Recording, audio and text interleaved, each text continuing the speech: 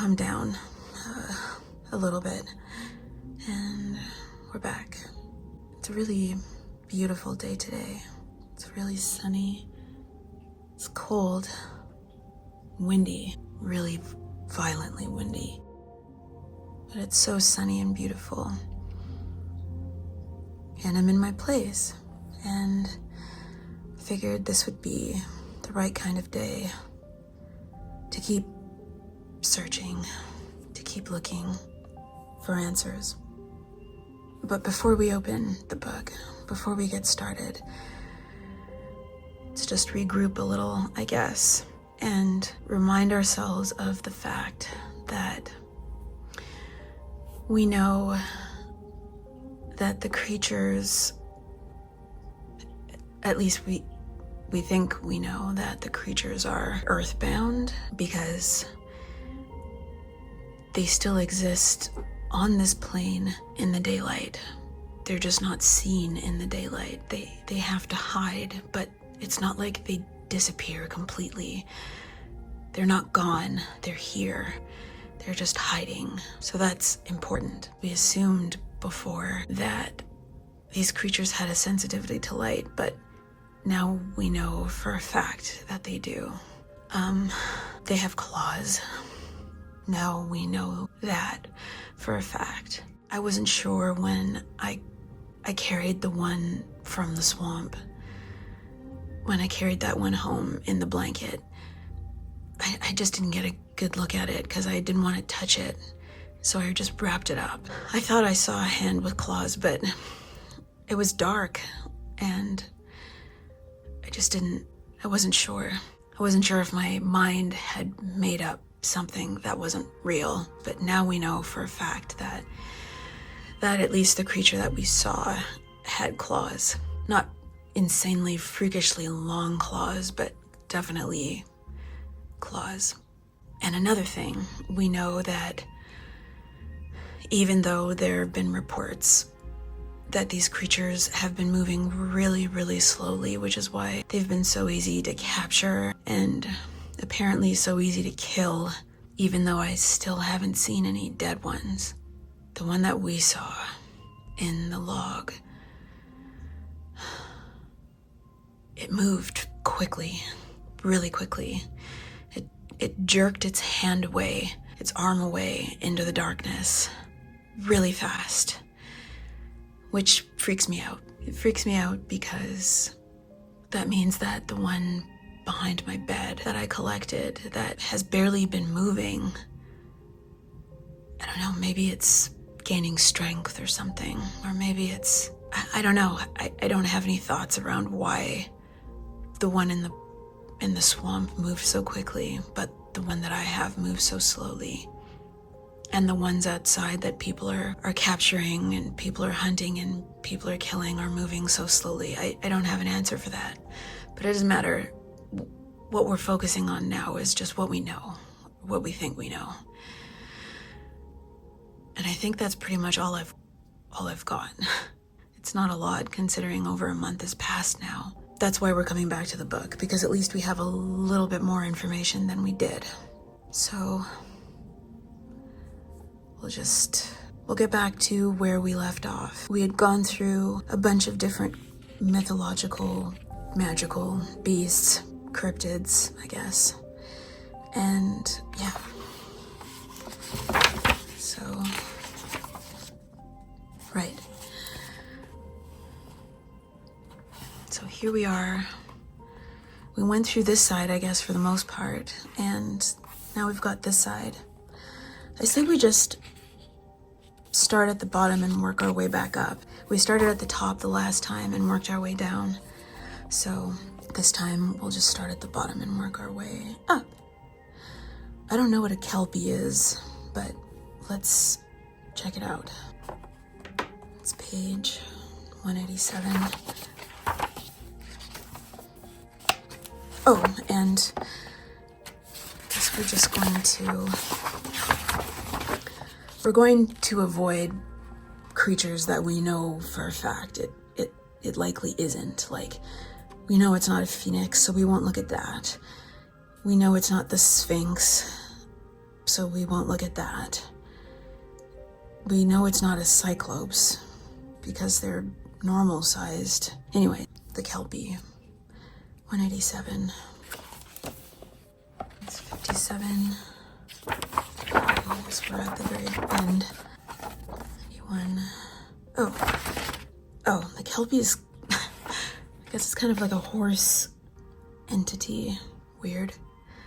Well, we know it's not that, and I want to read about it. Looks like it's got like lily pads on it. Water weeds, must be an aquatic creature related to kelp, seaweed or something. Maybe it's an ocean cryptid. Water dwelling. Anyways, we won't get distracted. So it's not that. Okay, so we have the 𝘼𝘬𝘐, which is different from the kelpie. Okay, let's take a look at the diagram. 𝘠𝘬𝑚𝑜𝑉𝑡𝑢𝑙𝑢𝑠. Though relationships used to be strong between our species, centuries of betrayal have made it difficult to seek out and converse with the 𝘼𝘬𝑐. Well, that's interesting. Similar to a werewolf, the internal organs and bones shift to whatever form the body takes, either a seal or a human. So we've seen our creatures now in the forest, and I guess people are finding them in cities and parks. They're not really changing shape, I guess, as far as we know. It seems like they're kind of always the same. These are aquatic creatures, the 𝘼𝘬𝑐. It's either human or it's a seal.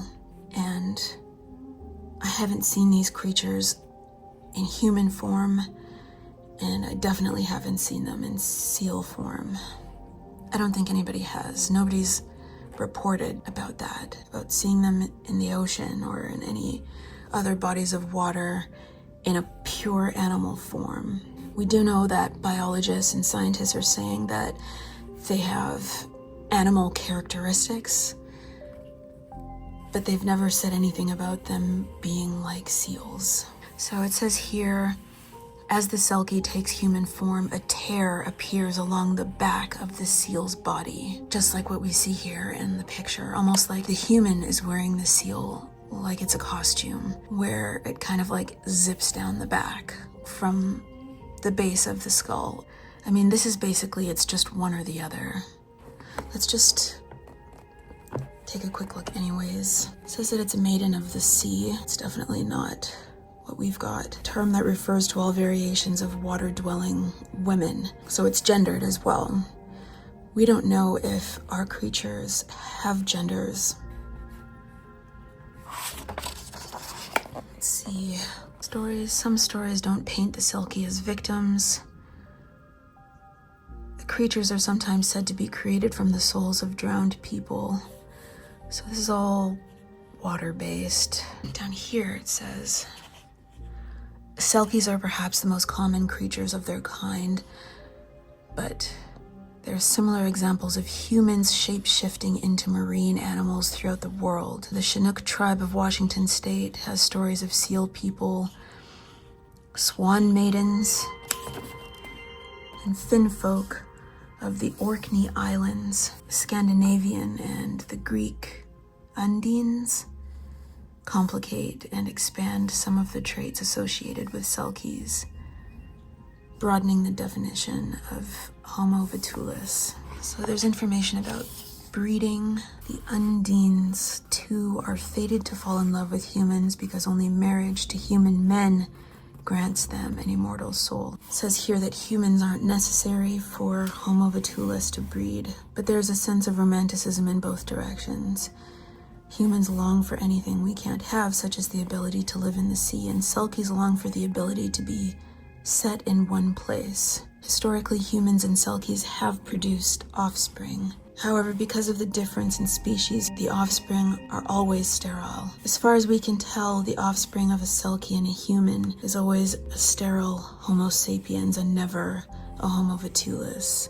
There's references to the offspring being cursed or marked, which may also be associated with infertility.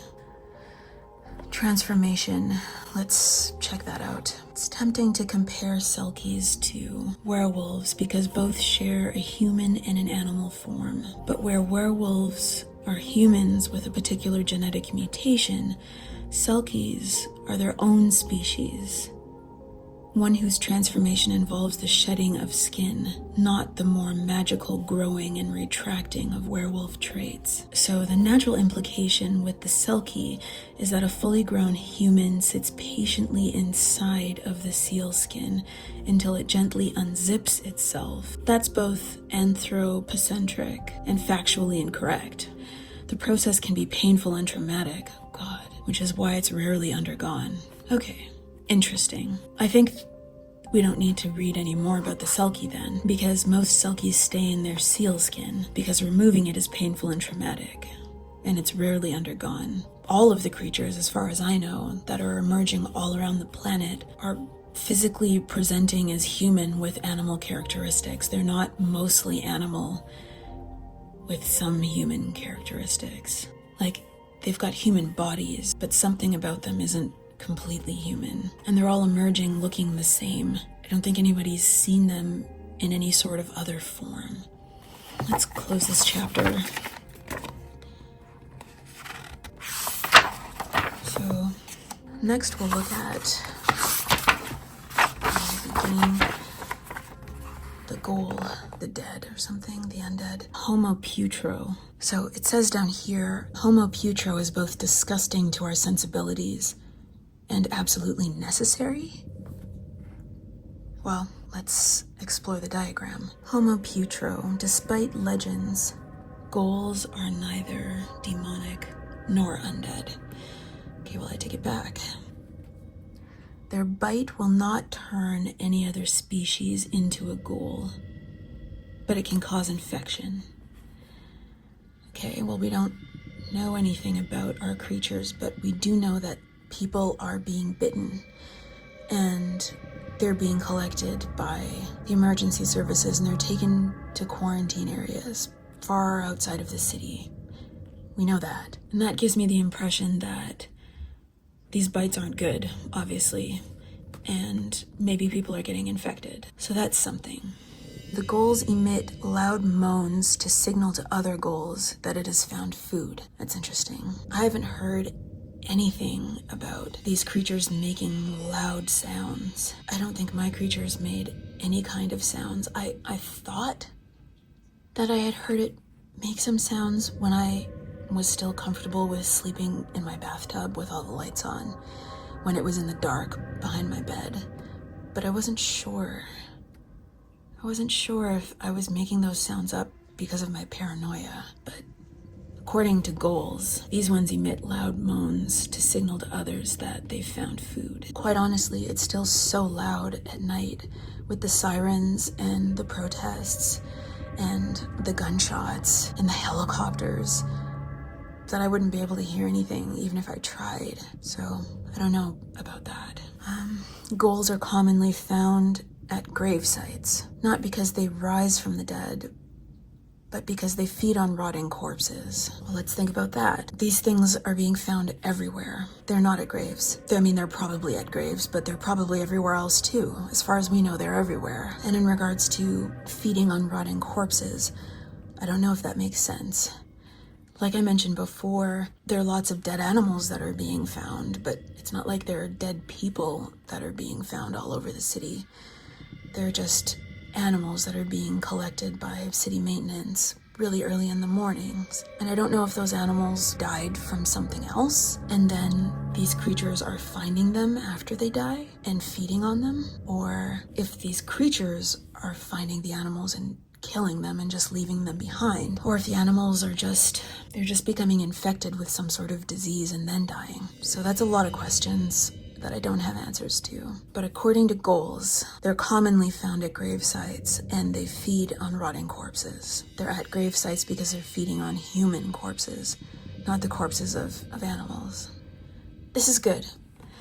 I feel good about what we're doing right now, mainly because we're going through a process of elimination. we can't really go off of everything that we know because we barely know anything, but at least we know what it's not. We know that they're everywhere, so they're probably not ghouls. We know that they're not exclusively found in bodies of water, so we know that they're not 𝔼𝕬𝕬𝕬𝕬. All of that kind of stuff, it makes sense. It at least makes me feel like we're moving forward. The skin of the ghoul is greenish gray and thinner than a human's, resulting in its sagging, decaying appearance. Well, that's definitely not what I saw. I don't think it was greenish gray. I think it was like lighter than tan, beige or something. It didn't look like this. It didn't look like it was rotten or rotting. And I can go off of what I felt when I picked up the creature, even though it was in the blanket. The skin through my thin blanket that I carried it up here in, it felt rubbery, thick, kind of. It didn't feel like it was sagging or decaying, like my fingers were sinking through it and just holding bones or grime. Didn't feel strong, but it felt healthy, I guess. Intact is what I'm trying to say. So it says the skeletal structure and the basic build of the ghoul are the same as those of modern-day humans. That's similar to our creature, suggesting a recent split of the two species. I don't know what that means. So a ghoul isn't human? I guess it's 𝘍𝕚𝕚𝕚. Okay, its gait. It's got a shambling, slow gait as a result of diet. Its energy is spent on digesting bacteria-ridden meat and repairing its damaged body. Okay, I'm starting to feel like this is probably not what we've got. I don't think they're damaged unless, we damage them, unless humans get a hold of them and hack them to bits. But that hand that we saw with the claws, it didn't look damaged. It looked pretty healthy. And we don't know if they have a shambling, slow gait. I mean, we haven't seen the creature upright, standing. I don't think anyone's ever talked about seeing these stand or walk, at least not on social media. So I don't know how it moves, but if I go off of mine moves so slowly that I had to speed up an hour of footage just to get like a minute or 2 minutes of being able to see it move. And then it just kind of dissolved into my bed and went somewhere else, and I don't know where it went. Alright, so let's check out some more actual information on it now that we've looked at the diagram. So in this text, a ghoul refers to a specific flesh-eating creature whose grisly form resembles that of a decaying human, though anatomical analysis shows that that's all appearance. Okay, so ghouls, they're distinct from other creatures believed to be undead, like spirit beings and vampires, which aren't truly resurrected, but rather examples of alternate forms of living. I'm not going to get into the depth of the history of ghouls, but we must clarify that 𝘍𝕚𝕚𝕚 was not actually an example of the dead returning to life. There's no magic involved in 𝘍𝕚𝕚𝕚's existence, just regular old-fashioned, disgusting science. So it does go through lore and history, frequent meals coming from animals. Measures could be taken to prevent the dead from rising as draugr, such as burying them with an open pair of iron scissors on their chest, or carrying them feet first through a corpse door before bricking it up. And in the German and Slavic traditions, some are characterized as ghosts, and other more distinct variations include milings, corpses that jump onto a person's back and demand to be carried to the graveyard. These corpses would grow heavier as they went along, dragging the carrier down and killing them if they failed to deliver them to the graveyard before dawn. So the truth of 𝘍𝕚𝕚𝕚 is somewhere among all of this. It is not immortal. The disease has little effect on it, owing to the fact that it's already a shambling hive of bacteria. Lovely. Because it appears to be decaying, it's easy to assume that the creatures live for many generations. In fact, 𝘠𝗨𝘬𝕠𝕚 has a short lifespan. It is easily killed in the same manner as humans are, usually by destroying the brain, piercing the heart or lungs, or similar. Are ghouls zombies?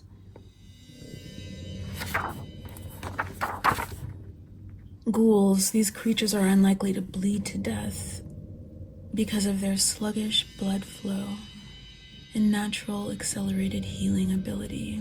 Generally only present a threat to humans in great numbers and in persistence. I don't think that this is what we are dealing with. This is interesting. Like every single chapter in this book, I wanna read everything I can that's here because it's fascinating, especially all of the history that I'm skipping over. But this is definitely what we don't have happening around the world. But obviously, because I'm curious and I'm just going to force you to be as curious as I am, let's just see if we can find some more information on these, just to be 100% sure. Just bear with me. I'm obsessed with information, and I don't think there's too much information that we can have in regards to what's going on right now. I think the more information we have, the better. The closer we'll get to understanding what's happening, right? It says they're fearsome in appearance, to stumble upon one on a dark night, which is most common because ghouls are nocturnal. That's important. That's important because we know that our creatures are nocturnal as well. You've got the moaning, you've got the decaying, sagging skin, the seemingly endless desire for flesh. I haven't seen any evidence of that in these creatures. I haven't heard anything about that yet. I haven't even heard of these creatures feeding on people, just biting people. And it's not like everyone in the world is being bitten, as far as I know. It's just random cases here and there, which almost seems like people are getting bitten because they're fucking with them, as opposed to these creatures hunting people and biting them to eat them. Do you know what I mean? So it has a shambling gait, inarticulate noises that often give the late night wanderer the impression that it's nothing more than a drunk. The diseases a single ghoul carries are enough to make it worth avoiding. So if you do get attacked by one of these things, it's basically game over. Okay, so it says, ghouls have no need to look appealing to humans, and looks seem to play no role in attracting mates. I keep forgetting that these are a separate species. I keep forgetting that they're not the undead. I mean, they mate? Is that how they're made? Bizarre. So mates instead seem to be chosen by mere proximity, so convenience. In keeping with their unappealing appearance, ghouls reproduce during feeding frenzies, which are often the only times that multiple ghouls congregate. Yeah, the skin tone is off, for what we've seen at least. Thinner than average skin. This gives ghouls the telltale decaying appearance because their skin often sags and slows off during feeding. The result is a gory, horrifying sight, sure to leave any onlooker with nightmares. Okay, well, I think we were right. I don't think that this is what we're dealing with. Their breathing is often labored, so if that's the case, we should be able to always hear them breathing, which I don't. I mean, when I had more confidence and I was sleeping in my bathtub with the door closed, and the thing was right outside of my door, I never heard anything.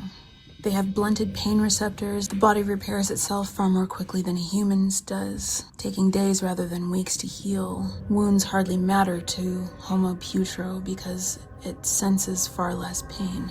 And it will continue in pursuit of food even if its limbs are broken or severed, unless the brain, heart, or spinal cord is sufficiently destroyed. Okay, that kind of seals it for me. Let's just move on to the next chapter. I want to know more, but I'm positive that this is not what we're dealing with. Oh, that looks like... that's a human-ish. That's a nymph. Okay. This feels promising, doesn't it? We could be dealing with a nymph. So we'll start with the diagram. It's called Nymphus, I guess. This genus covers a vast variety of species categorized by their territory. So there are forest-dwelling nymphs, which I guess is this one because it's covered in leaves and shit. Looks like its leg is turning into a tree trunk. Forest-dwelling nymphs tangle leaves and twigs into their hair for camouflage.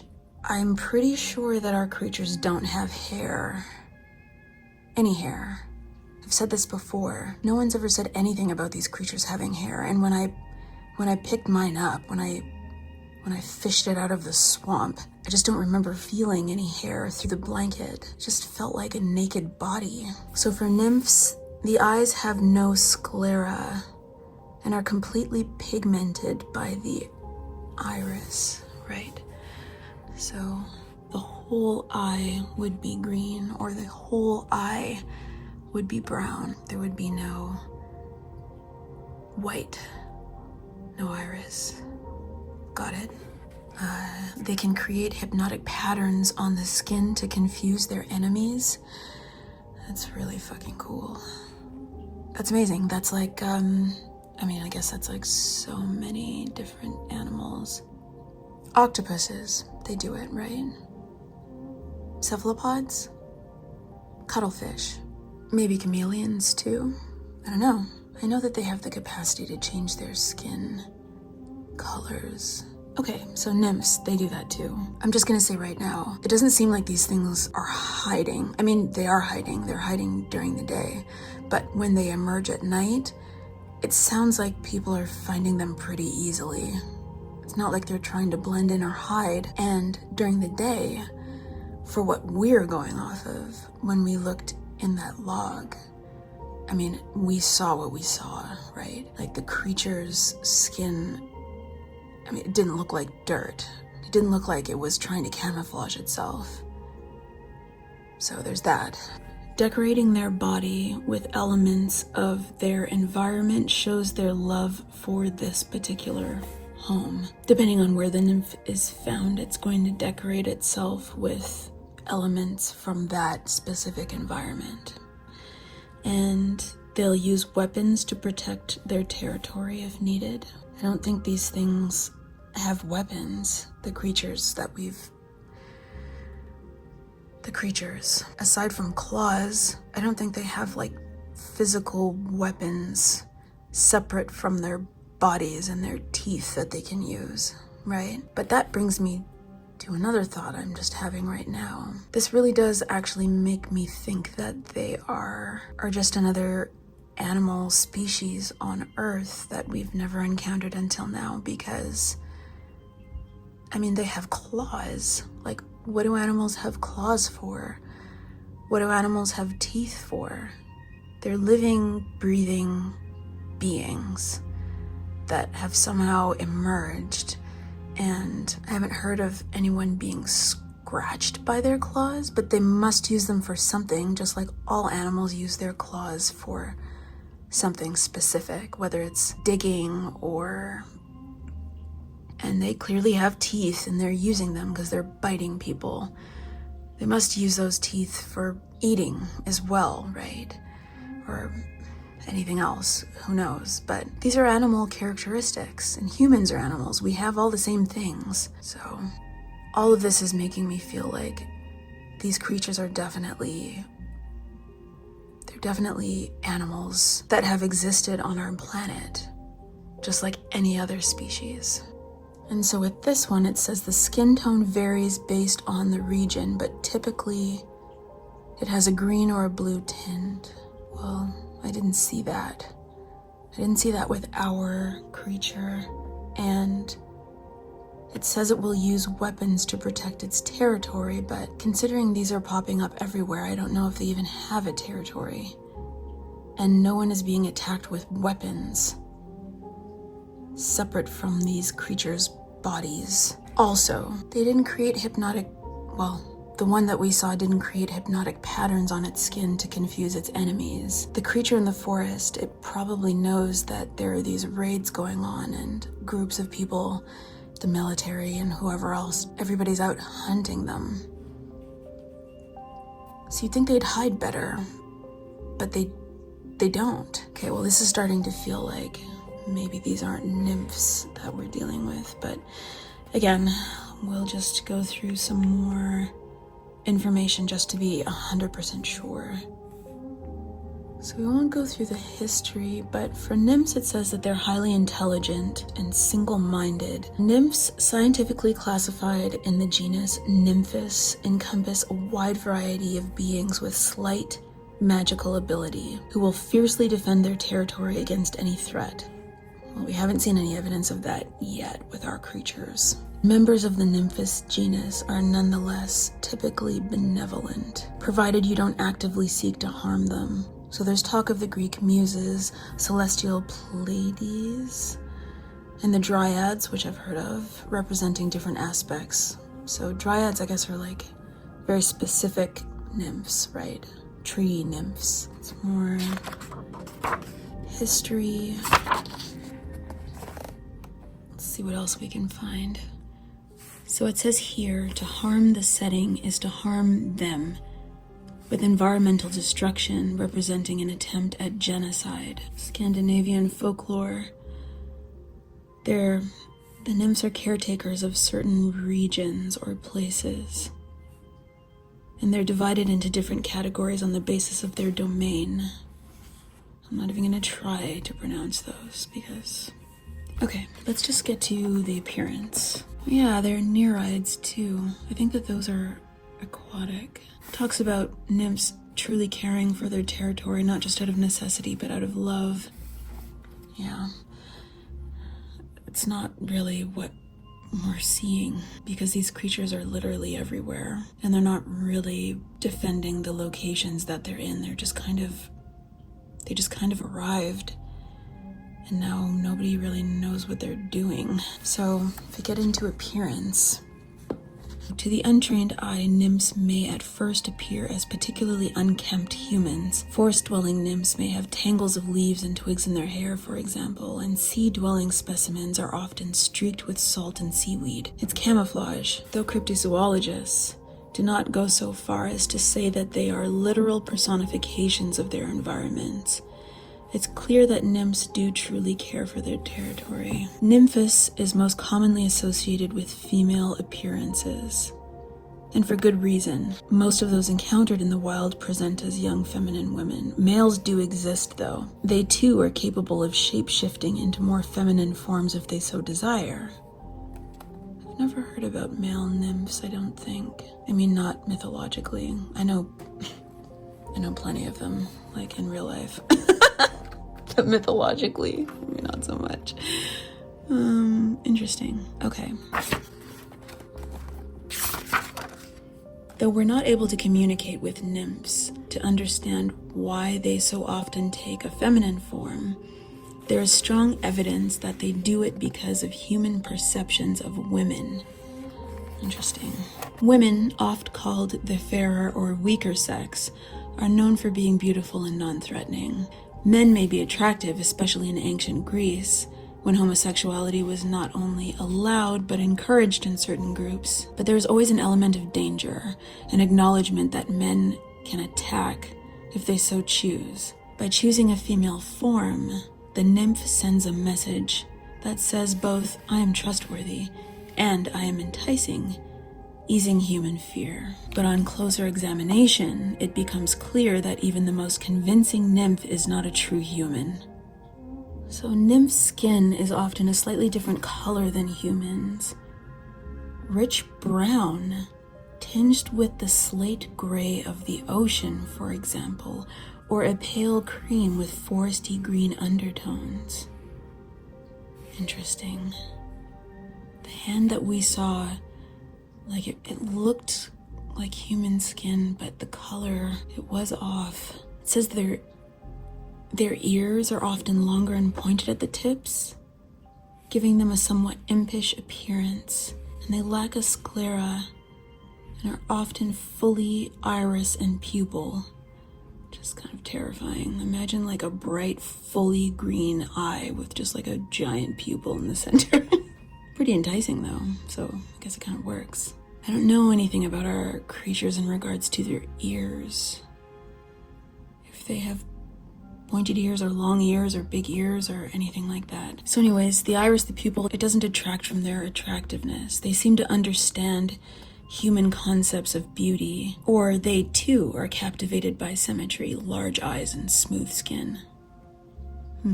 What the nymph looks like in its true form is something we've yet to discover. They react to observation, always taking on some familiar, although not exact shape, even when viewed through two-way mirrors. Get into magic a little bit. Their magic is like a fairy's. They can shapeshift and make small changes to the environment that pose a threat to invaders. But using magic expends a great deal of energy, meaning that if a nymph shapeshifts into something threatening like a bear, an alligator, or so on, it's unlikely to have much energy left to fight. That's why they rely on weapons, bows and swords taken from enemies. But magic isn't the only tool at their disposal. Most nymphous species have a camouflage ability similar to that of a cuttlefish. That's what I said. Well, that's not what we've got. They're not doing that. They're not using weapons. When it comes to these creatures and their shape-shifting ability, I feel like they must have the ability to do that because of just what I saw when the thing was moving behind my bed. It just kind of morphed into my bed. Like I don't think it became my bed, but it kind of glided through it instead of sort of shimmying down and squeezing underneath it, which is what I would have had to have done if I was going to try to get under my bed. I don't think I really care about sexuality of these creatures. There are too many things in here that don't make sense, that don't really click into at least the baseline of what we're dealing with. Okay, let's keep going.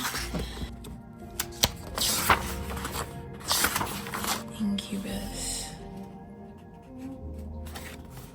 That's interesting. I mean, this presents as oh, that's a succubus. Okay, all right, let's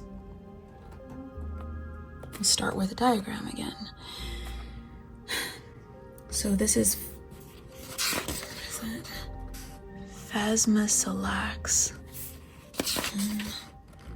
Spirit beings who feed off of sexual energy and can manifest into any desirable form. I don't know, it already doesn't feel right. 𝘬𝕬𝕬𝕬, the incubus or succubus, initially channels traditional ideas of desirability before shifting into something more specific. The energy is absorbed during sexual activity and expended in order to stay visible, as with the banshee. During feeding, it may manifest as a physical form tailored to each encounter. As sexual energy is spent, the incubus falls apart into separate floating particles. The default visible form is a shifting crimson vapor. I don't know. My instincts are telling me that this is definitely not the direction that we should be heading in. It just doesn't seem right. Mainly because no one is reporting seeing these things in their homes or engaging in sexual activity, and then these things are showing up. Let's see. Just because we can. Oh, okay. So, we must pause for a moment to address the elephant in the room. Incubi are religiously affiliated creatures, and yet here I am using science to discuss them. That's not because there's some exception to the rule, but rather because such creatures do exist, though perhaps not in the way that multiple Abrahamic religions describe. I use the term incubus and 𝑃-salax. What is it again? 𝘬𝕬𝕬𝕬𝕬. Interchangeably. I don't profess to be an expert in such things. I only know what I've studied and how that compares to folklore. Such creatures are not confined to Christian lore.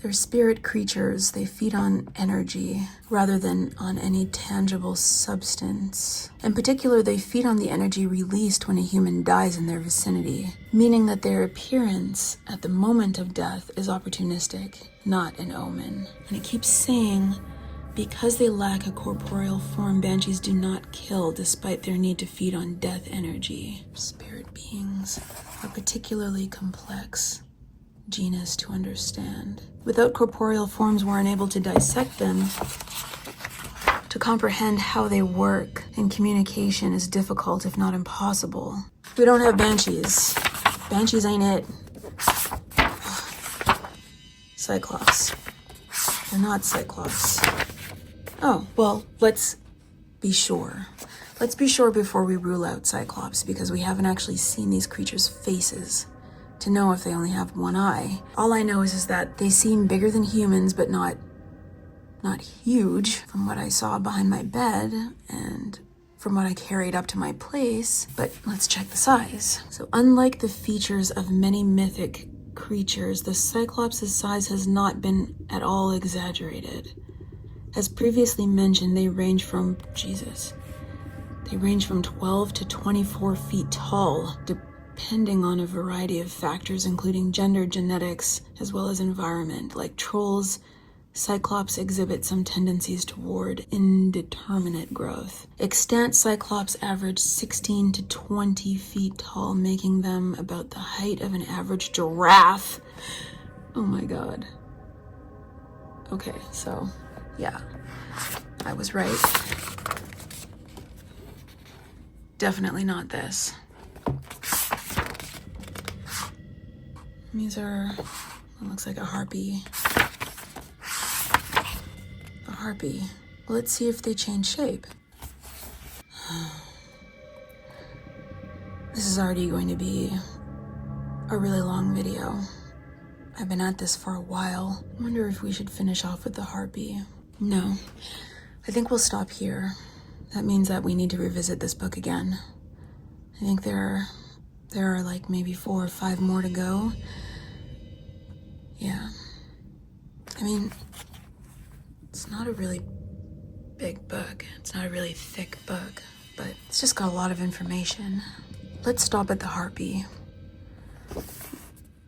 When we come back and revisit this, we'll finish off the last few cryptids, and then we'll just go over briefly what we've concluded, because maybe by the time I finish this video,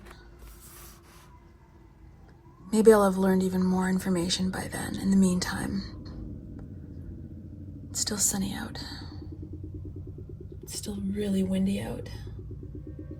I'm gonna head out into the sun before it gets dark. Pretend like everything's normal for a few hours. And thanks for sticking around. I know the whole process is grueling, but I'm sure it's just as grueling for every other country, every other government. We're all trying to figure it out on our own and together. And I feel like I don't have any choice. I have to do this on my own because we're still not being told anything. So